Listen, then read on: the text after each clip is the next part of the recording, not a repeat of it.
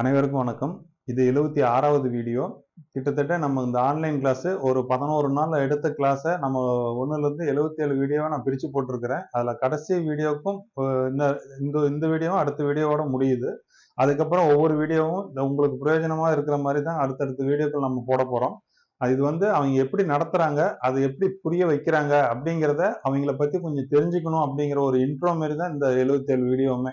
ஒரு 6 டைப்பான பிளவுஸை அவங்க எந்த மாதிரி சொல்லி கொடுக்குறாங்க, இவங்க கிட்ட நாம நிறைய விஷயங்களை கத்துக்கலாமா வேண்டாமான்னு நீங்க ஒரு முடிவு எடுக்கிறதுக்காக தான் இந்த 77 வீடியோவுமே 6 டைப்பான ஒரு பிளவுஸுமே பேசிக் நம்ம சொல்லி கொடுக்குறோம்.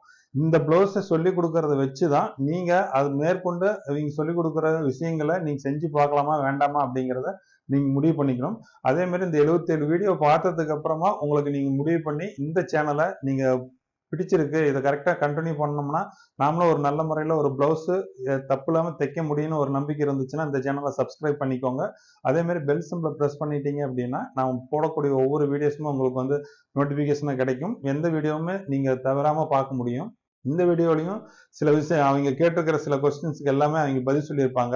ஒரு பாதி வீடியோ வரைக்கும் பார்த்தீங்கன்னா டீப் நெக்கை பற்றி அவங்க என்னென்ன சொல்லி கொடுத்தாங்களோ அதில் இருந்து கேட்டிருக்கிற சந்தேகங்களுக்கு எல்லாமே பதில் சொல்லியிருப்பாங்க. பாதிக்கு மேலே பார்த்தீங்கன்னா உங்களுக்கு காலர் நெக்கு வந்து எப்படி மார்க் பண்ணணும் அப்படிங்கிற விஷயத்தை இதில் ரொம்ப படம் போட்டு விளக்கமாக சொல்லியிருப்பாங்க. சாதாரண ஒரு பிளவுஸில் எந்த பிளவுஸில் வேணாலும் காலர் நெக்கு நம்ம வைக்க முடியும். அதாவது யூனிஃபார்ம் பிளவுஸ், அதாவது ஜுவல்லரி, இது மாதிரி ரெடிமேட்ஸ் கடைங்க, இது மாதிரி நிறைய மில்லு, ஃபேக்டரி, இது மாதிரி வேற எந்த விஷயத்துல கம்பெனிஸ்ல எல்லாமே ஒர்க் பண்றவங்களுக்கு எல்லாத்துக்குமே பாத்தீங்கன்னா பிளவுஸ் வந்து காலர் நெக் பிளவுஸ் தான் அதிகமா யூனிஃபார்மா வரும்.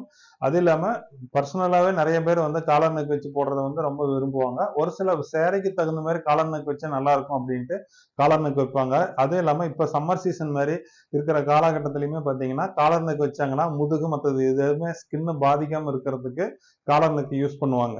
அதனால அந்த காலர் நெக் வந்து ரொம்ப இம்பார்ட்டன்டான விஷயம். ஏன்னா வருஷத்துல யாராவது ஒவ்வொரு கஸ்டமருமே பார்த்தீங்கன்னா காலர் நெக் வச்சு தைச்சு போடுறதுக்கு ரொம்ப விரும்புவாங்க.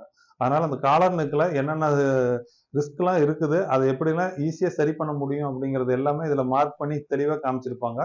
வாங்க வீடியோக்குள்ள போகலாம்.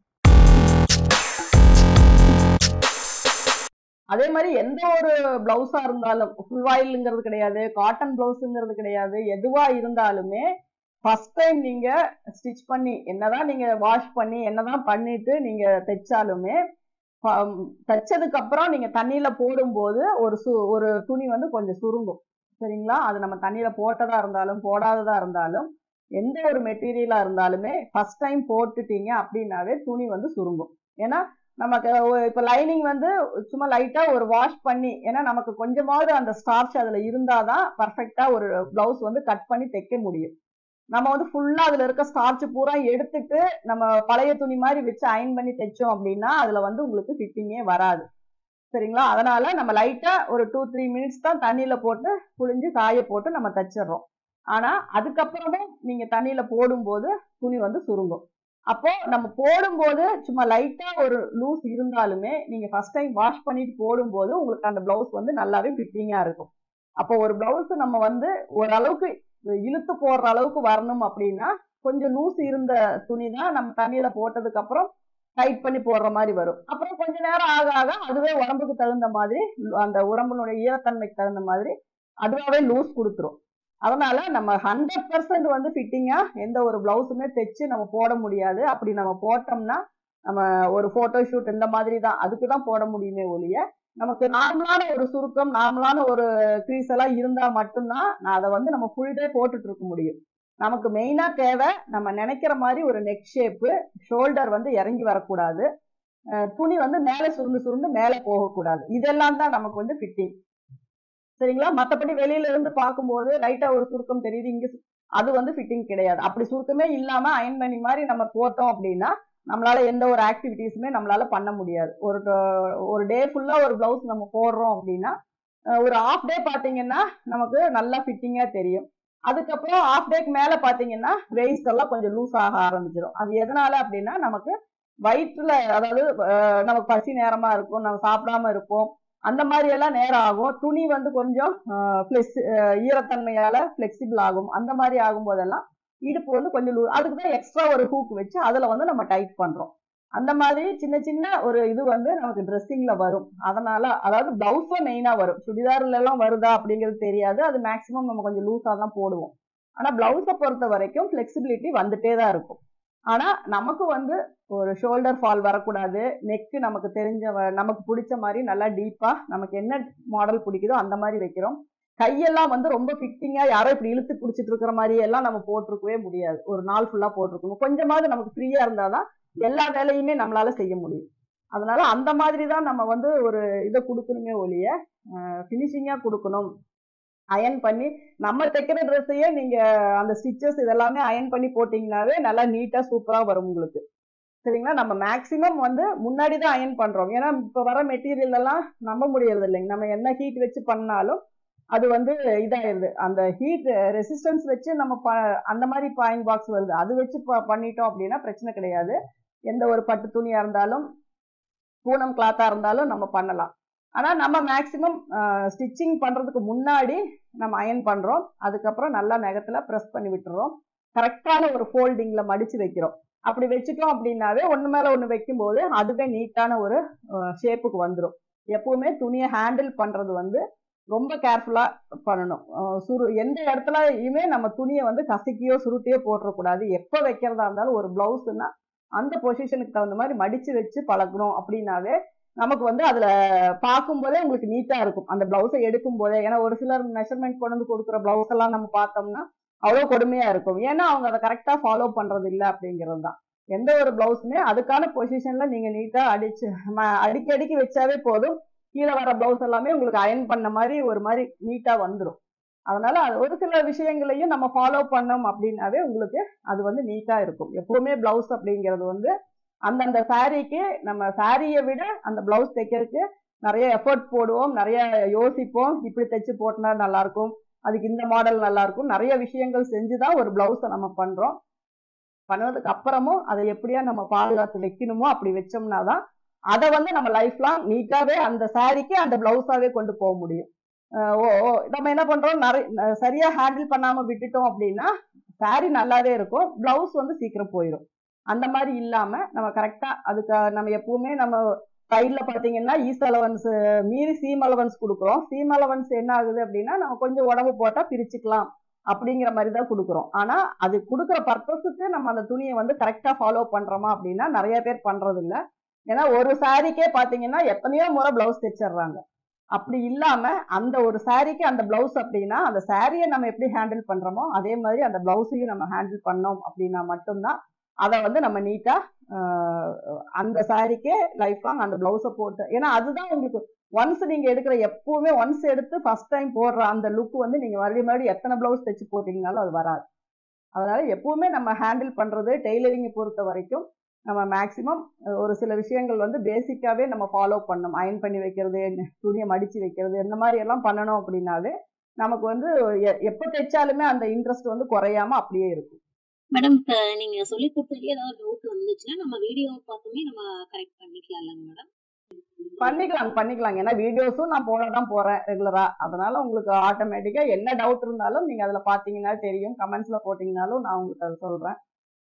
இது வந்து நமக்கு பேக்கு காலர் அப்படிங்கும்போது நெக்கு வந்து உங்களுக்கு என்ன வித்து வருதோ அதுக்கு தகுந்த மாதிரி தான் நீங்க வச்சுக்குவீங்க. லைட்டா ஒரு ஸ்லாண்டிங் வரும்.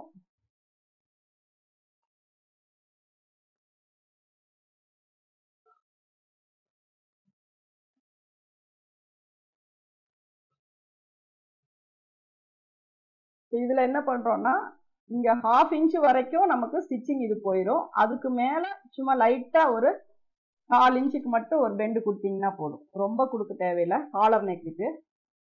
அதே மாதிரி ஃப்ரண்ட் வந்து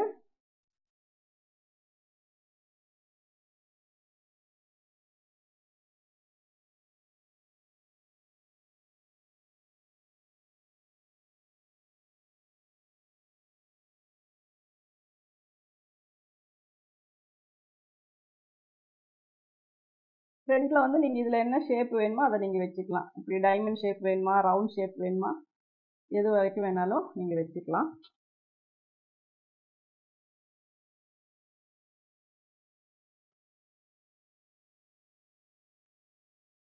ஷோல்டர் ஆம்ஹோல் எல்லாமே சேம் அதுல இருக்க மாதிரியே உங்களுக்கு வந்துடும். ஆம்ஹோல் டீப் மட்டும் நீங்க 3/4 இன்ச் உள்ள தள்ளி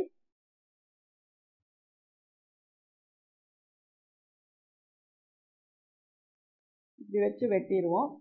இப்போ இதுல பாத்தீங்கன்னா இந்த ஃப்ரண்ட்ல நம்ம பிளேஸ் பண்ணிடுவோம். இப்போ இதுல வந்து உங்களுக்கு காலர் வந்து எது வரைக்கும் வேணும் அப்படிங்கிறத இது வந்து ஜாயின் போயிடும். ஓகேங்களா? இப்போ காலர்னோட லெவல் பார்த்தீங்கன்னா இங்கே ஒரு 3 இன்ச்சு இறக்கலாம், 3.5 இன்ச்சு இறக்கலாம், 4 இன்ச்சு இது வரைக்கும் எவ்வளோ வேணுனாலும் நீங்கள் காலருக்கு வந்து இந்த லென்த்து கொடுத்துக்கலாம். அப்போ நீங்கள் என்ன பண்ணணும்னா இது எவ்வளோ வருது அப்படிங்கிறத மெஷர் பண்ணுங்க. இந்த 1/2 இன்ச்சு வந்து விட்டுருங்க. இங்கே பார்த்தீங்க அப்படின்னா ஒன் சைடு 2.5 இன்ச்சு வச்சுக்கோங்க. இங்கேருந்து இங்கே ஒரு 4.5 இன்ச்சு வருது அப்படின்னா இந்த 4.5 இன்ச்சில் ஒரு நாட்ச் போட்டுக்கோங்க. எந்த அளவுக்கு வரணுமோ அது 2 சைடுக்கும் சேர்த்தி தான் நாட்ச் போடணும். தனித்தனியா போட்டுறக்கூடாது. இங்க 1/2 இன்ச்சு கரெக்டா ஈவனா பிடிக்கணும். ஏன்னா நெக்கு பிளவுஸ் போடும்போது காலர் வந்து ரெண்டும் ஈவனா ஒரே ஸ்ட்ரெயிட்ல தான் நிக்கணும். ஒன்று மேலே ஏறி ஒன்று கீழே இறங்கி வந்துடக்கூடாது. அதனால இதை கரெக்டா நம்ம என்ன பண்றோம்னா இந்த ஷோல்டர் ஜாயிண்ட் 1/2 இன்ச்சு போச்சு அப்படின்னா ஒரு 1/4 இன்ச்சு தான் பேக்ல டீப் இருக்கும். ஏன்னா இந்த இடத்துல ஒரு சுருக்கம் வரும். அது வராம இருக்கணுங்கிறதுக்காக தான் அது வைக்கிறோம். நீங்க இங்க ரொம்ப டீப் பண்ணீங்கன்னா காலர் வந்து இப்படி ஓப்பன் ஆன மாதிரி வெளியே வந்த மாதிரி இருக்கும். அதனாலதான் இதுக்கு ஒரு 1/4 இன்ச்சு மட்டும் கொடுக்குறோம். இப்ப இது வரைக்கும் வேணும்னா டோட்டலா இங்க 4 இன்ச்சு வருது அப்படின்னா இது ஒரு 2.5 மொத்தமா பாத்தீங்கன்னா 4.5 இன்ச்சு. அப்போ 2 சைடும் சேரும் போது உங்களுக்கு ஒரு 9 இன்ச்சு வரும். அப்போ 9 இன்ச்சுக்கு நீங்க காலரை வந்து கேன்வாஸ்ல கட் பண்ணிக்கணும். இது வந்து நீங்க ஷர்ட் கேன்வாஸ் இருக்கு இல்லைங்களா, ஷர்ட்டுக்கு காலர் வைக்கிற கேன்வாஸ், அதுல வந்து இதை வந்து நீங்க வெட்டி எடுத்துக்கணும்.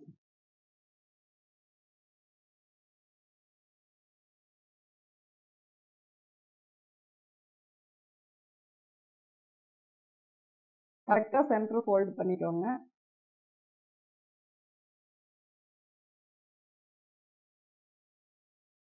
இந்த கார்னர் வந்து எப்படி வேணுமோ அது மாதிரி வச்சுக்கோங்க.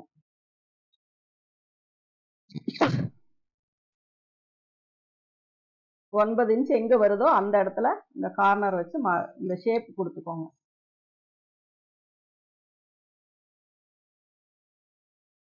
இது வச்சு மார்க் பண்ணீங்கன்னா தான் 2 சைடும் உங்களுக்கு ஒரே மாதிரி கட் பண்ணும்போது வரும். இல்லாட்டினா ஒவ்வொரு சைடும் ஒவ்வொரு மாதிரி வெட்டிடக்கூடாது.